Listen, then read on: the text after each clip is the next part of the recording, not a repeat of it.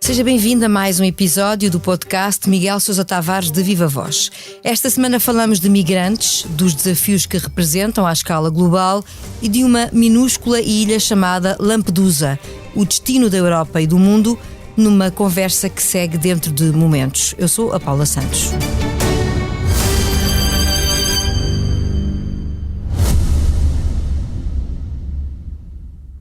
Este podcast Expresso é só um de muitos que pode ouvir no site do Expresso ou na sua plataforma preferida. Histórias inspiradoras, os debates que importam, entrevistas exclusivas, da cultura à política, da economia ao humor. Ouça onde e quando quiser. Fica a par das últimas novidades em expresso.pt/podcasts e nas nossas redes sociais. Expresso. Liberdade para pensar. Ora, viva Miguel, seja bem regressado. Viva Paula, obrigado. Só este ano na Itália já entraram cerca de 127 mil imigrantes desesperados, para usar as suas palavras, a tentar fugir de guerras, fome e de outros desastres ambientais. O número é bem superior por comparação com os anos anteriores e não é por acaso. Este ano o governo italiano adotou uma nova política face aos migrantes do norte da África. Mas isso, Miguel, não só não resolveu o problema da falta de resposta, como até coloca novas questões agora. É verdade, Paula. A única coisa que eu corrigiria no que disse é que eu não sei se o governo italiano, que é um governo de coligação de extrema-direita, adotou uma nova política ou simplesmente ficou à espera que a Europa viesse em seu auxílio e que houvesse uma política comum europeia para responder à crise dos migrantes, porque, de facto, os países da linha da frente, isto é, aqueles que estão mais próximos do outro lado do Mediterrâneo, do lado africano, nomeadamente Grécia e Itália, são quem tem suportado todo o fardo da imigração que vem do lado lá. E o que o governo da primeira-ministra Meloni fez, no fundo, para além de um acordo bilateral com a Tunísia, que consistia em pagar para que a Tunísia retivesse os imigrantes e que não está a funcionar, foi esperar que as coisas abrandassem por si e que a Europa arranjasse um plano, muitas vezes adiado, prometido, para que outros países da Europa suportassem o fardo de recolher a imigração clandestina. Isso não aconteceu e no fim de semana passado, fartos de esperar, Meloni conseguiu que Ursula von der Leyen, a Presidente da Comissão Europeia, fosse a Lampedusa para ver o caos lá instalado com os seus próprios olhos e para ver que não é possível à Itália, como ela disse, como Meloni disse, continuar a ser o armazém de imigrantes de toda a Europa. Von der Leyen levou um plano que eu acho bastante vago e impreciso de funcionar em 10 pontos, que não vai resolver o problema, enquanto os países europeus não perceberem que de facto o problema é de todos. Quer dizer, a Itália e a Grécia são a porta de entrada, mas a porta de entrada para um problema que de facto é comum. Ou seja, devia haver aqui uma priorização de uma resposta, porque a realidade mostra que a Europa não tem soluções nem tem respostas à altura. Exatamente, quer dizer, se há políticas comuns europeias, como houve, por exemplo, na questão das vacinas e da aquisição em conjunto das vacinas e distribuição, também tem que haver uma solução de emergência. Lampedusa tem 7 mil habitantes e em 3 dias da semana passada recebeu 10 mil habitantes, isto é absolutamente insustentável. E neste momento a população, que se portou magnificamente no acolho aos imigrantes, explodiu porque já não consegue aguentar mais, quer dizer, estão a preparar-se para fazer novo campo de tendas para receber mais imigrantes e de facto não é possível, quer dizer, não se pode pedir uma população de uma ilha mínima com 9 km quadrados que continue a receber todos os imigrantes que lá vão parar, é impossível.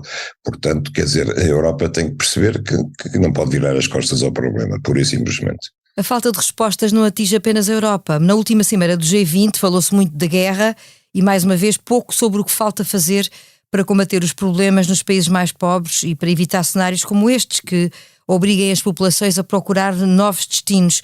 O mundo caminha, na sua opinião, para uma insensibilidade cada vez maior?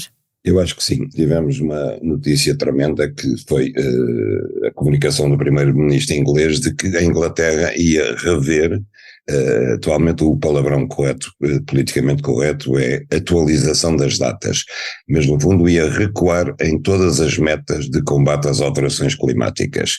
A desculpa de Sunak, do primeiro-ministro inglês, foi extraordinária, é que não queria sobrecarregar as famílias com os encargos resultantes das medidas que teriam que tomar em relação às alterações climáticas, nomeadamente vai abreviar o prazo para que os carros tenham que ser elétricos, deixem de ser a combustíveis fósseis, a mesma coisa em relação às bombas de calor em casa,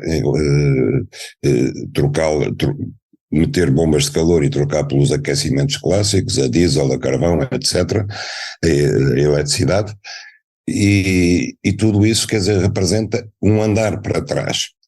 Isso esteve presente na cimeira do G20, as alterações climáticas deixaram de ser uma prioridade para o mundo. Vemos que neste momento continua a haver cada vez mais um investimento no petróleo, nas energias fósseis. Vemos que a Alemanha, que tinha aceito desmantelar as centrais nucleares, voltou atrás, estabeleceu uma moratória para isso. Inclusivamente outros países regressaram à indústria a carvão, que é a indústria mais poluente que existe. Portugal nesse aspecto foi uma exceção, e todas as metas que tinham sido estabelecidas no Acordo de Paris, na Cimeira do Clima de Glasgow, etc., estão todas altamente comprometidas, ao ponto de António Guterres, comentando o que se passou na cimeira do G20, na última cimeira, ter perguntado se os líderes não sentem o calor. Porque, de facto, depois de termos assistido este verão a tanta tragédia determinada pelas alterações climáticas, como inundações fora de tempo, ondas de calor como nunca tinham sido visto, incêndios descontroláveis, quer dizer, tudo sinais de que o planeta está em absoluta revolta com a pegada humana descontrolada que está a agir sobre ele. Eu acho que é uma verdadeira cegueira continuar tudo a subir para o ar e a pensar que se pode fazer business as usual e continuar assente tudo nas energias fósseis como se nada fosse. E tudo isso acontece, nomeadamente isso que o Miguel acabou de revelar, que foram decisões do Reino Unido, na mesma altura em que em Nova Iorque António Guterres estava justamente a liderar uma cimeira, e está, sobre as alterações climáticas, onde o Reino Unido não tem presença, tal como não tem a França. E o recado que é enviado ao mesmo tempo é este, não é? É um paradoxo. Quer dizer, já passámos do ponto em que os líderes mundiais iam às cimeiras fazer promessas que não cumpriam, para o ponto em que agora nem sequer vão às cimeiras para não terem que fazer promessas que já sabem que não vão cumprir. Eu acho que isto é extremamente grave. E realmente o que é notável no meio disto tudo é que estamos todos a funcionar no curto prazo. Quer os líderes que estão a pensar nas próximas eleições, quer o próprio eleitorado que não se importa de mandar a resolução destes problemas nem sequer é para a geração seguinte, porque eu acho que isto vai explodir antes da geração seguinte, é mandar isto para depois da manhã ou para amanhã, porque quando o Sunak vem dizer que vai adiar o combate às alterações climáticas para não sobrecarregar as famílias, ele sabe que vai ter a opinião pública do seu lado. Ou seja, ele sabe que a opinião pública vai pensar, ok, ótimo, bestial, eu agora escuso de estar a gastar dinheiro em nome das alterações climáticas, deixa-me cá continuar na minha e pronto.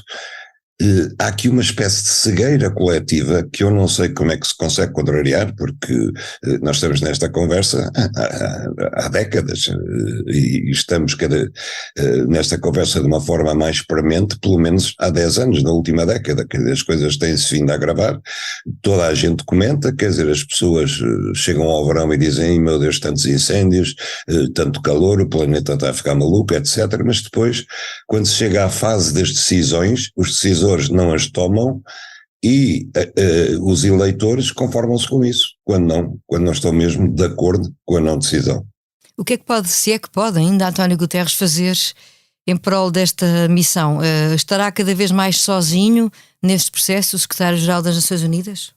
Eu acho que está cada vez mais sozinho, sem dúvida que ele é uma voz a clamar no deserto, sobretudo num momento em que as atenções estão todas concentradas noutras coisas, como a guerra da Ucrânia, em que a discussão sobre, por exemplo, a Assembleia Geral da ONU, a abertura e a discussão, praticamente nenhum discurso importante se concentrou nas alterações climáticas. O mesmo sucedeu nas reuniões do Conselho de Segurança.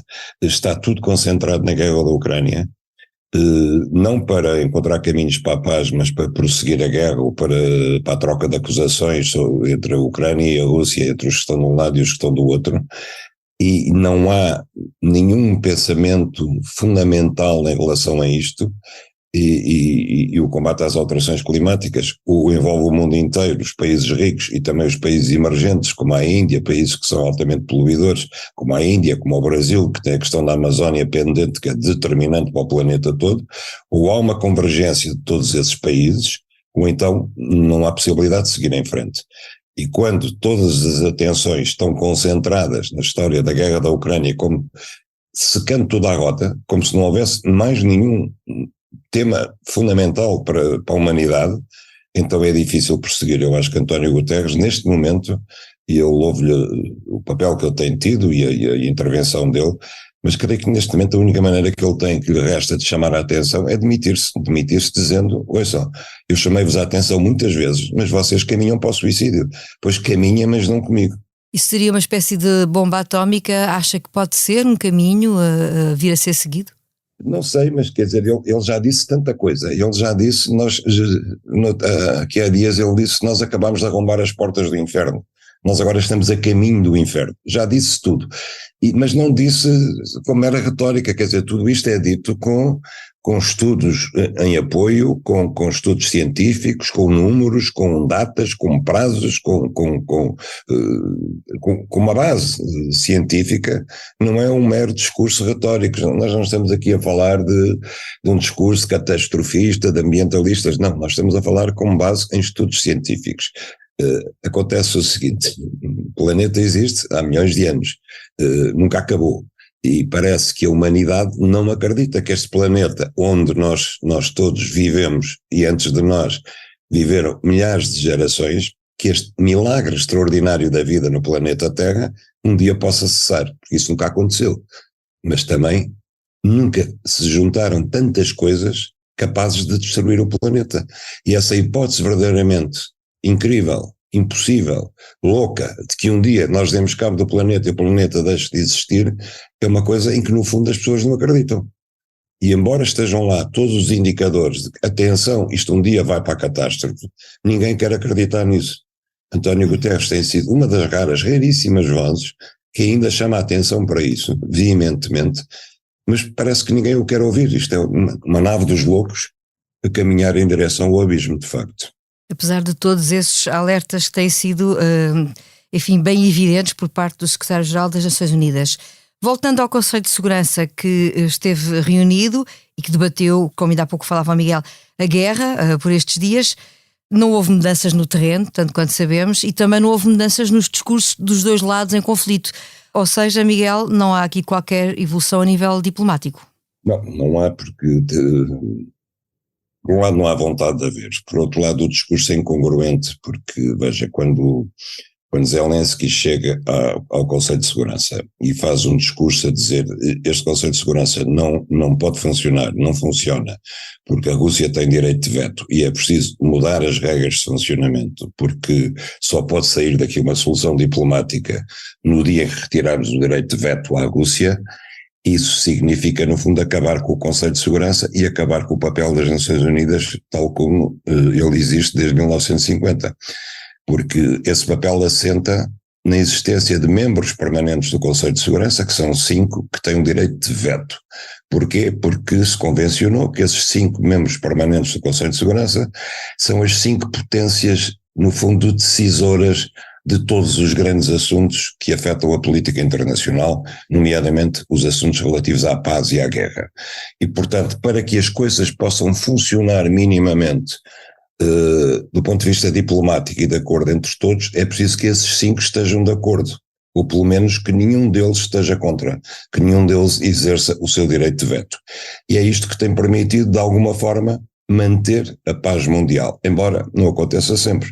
Eu recordo, por exemplo, que a invasão do Iraque pelos Estados Unidos não teve o apoio do Conselho de Segurança das Nações Unidas. Foi feita a revelia dele. Mas esta é a base de funcionamento. No dia em que se retirar o direito de veto à Rússia, tem que se retirar o direito de veto a todos os membros permanentes do Conselho de Segurança. Isso significa que a nova estrutura, o novo modo de funcionamento do Conselho de Segurança e das próprias Nações Unidas terá que ser completamente revisto e seguramente que será difícil de encontrar outro modo de funcionamento que, apesar de tudo, apesar de todos os precalços, garantiu a paz até hoje, já lá vão 70 e tal anos. Enquanto falamos dos desafios que se colocam a nível global, o Miguel, ao olhar na sua crónica desta semana para a atualidade do país, conclui interrogando-se quem disse que as eleições europeias servem em Portugal para discutir a Europa. Afinal, por cá, Miguel, os resultados podem ter várias leituras. Eu costumo, mas isto acontece-me sempre, eu acho que acontece a todos nós quando vamos ali ao lado ver o que é que se passa no mundo ou na Europa e quando voltamos para Portugal e constatamos como aqui a discussão política anda afastada de tudo o que se passa lá fora. Como se lá aquilo que acontece no mundo ou na Europa não nos afetasse.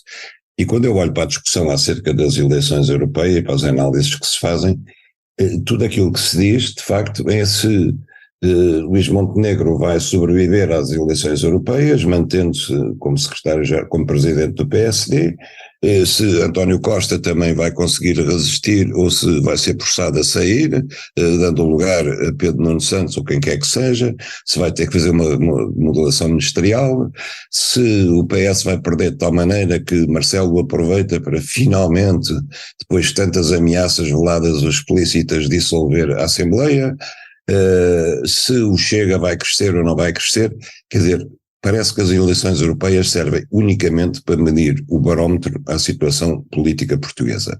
Não servem de forma alguma para discutir aquilo que são as grandes questões europeias e a sua influência em Portugal, nomeadamente não só a crise dos imigrantes, nomeadamente não só as alterações climáticas de que já falamos, mas, por exemplo, a adesão de mais países do leste à União Europeia, a juntar-se ao Clube dos 27. E não tínhamos qualquer dúvida, quando essa adesão acontecer, e vai acontecer, acabaram de vez os dinheiros europeus para Portugal. Porque não vai haver dinheiro que chegue para continuar a sustentar países como Portugal, que estamos há 40 anos a receber dinheiros europeus. Não vai haver. E, portanto, essa discussão tem que ser feita. Nós não podemos deixar de aproveitar as eleições europeias para pôr em cima da mesa uma discussão. Como é que Portugal vai votar na extensão da União Europeia a outros países, nomeadamente a Ucrânia e não só? Como é que Portugal vai se posicionar na questão dos imigrantes? Eu cito no meu artigo uma entrevista que a ministra Ana Catarina Mendes deu à La República, em que diz, nós estamos abertos a receber os imigrantes todos. É muito fácil dizer isso, porque nós não temos fronteira com os países africanos, estamos próximos de Marrocos, mas Marrocos não manda para cá imigrantes, manda sim para a Espanha. Mas no dia em que tivermos invasões de imigrantes, como a Itália, se isso acontecer, como é que nós nos posicionamos? Qual é o nosso limite? Deixamos entrar todos? Não deixamos? Como é que é? Essa discussão tem que ser feita. Isso não é feita nas europeias, é feita quando? Se nós vamos passar as europeias a discutir se chegou a vez de Pedro Nuno Santos ou se chegou a vez de alguém concorrer contra Luís Montenegro, quer dizer, para que é que servem essas europeias? Para nada, só para medir o barómetro político português. Então para isso faz sondagens, não é preciso eleições europeias. Já aqui deixou várias pistas de temas que não estão na ordem do dia, mas deviam estar quando se fala das eleições europeias em Portugal. E aqui chegados, passamos ao improviso. A venda da TAP está prestes a avançar e esta semana António Costa aproveitou o debate da moção de censura do Chega para admitir a privatização da totalidade do capital da empresa, cenário que não tem estado em cima da mesa. O que é que podemos esperar depois de tantas queixas contra a privatização do governo anterior e de uma nacionalização por parte do governo da Geringonça? Falar agora nisto faz algum sentido? Paulo, o que não faz sentido nenhum é o zigue-zague que António Costa e os socialistas têm tido em relação ao dossiê TAP. Um zigue-zague permanente que dura pelo menos há uma dúzia de anos. Ora são contra a privatização ainda que parcial, ora são a favor da nacionalização de 51%, ora são a favor da nacionalização total, ora são a favor da privatização parcial, ora agora são a favor da privatização total. Este zigue-zague permanente é uma coisa que que revela absoluta falta de visão, de planeamento e eu nem sei explicar, quer dizer, porque tão depressa nos dizem que a TAP é essencial para o país, como de repente parece que deixou de ser essencial para o país.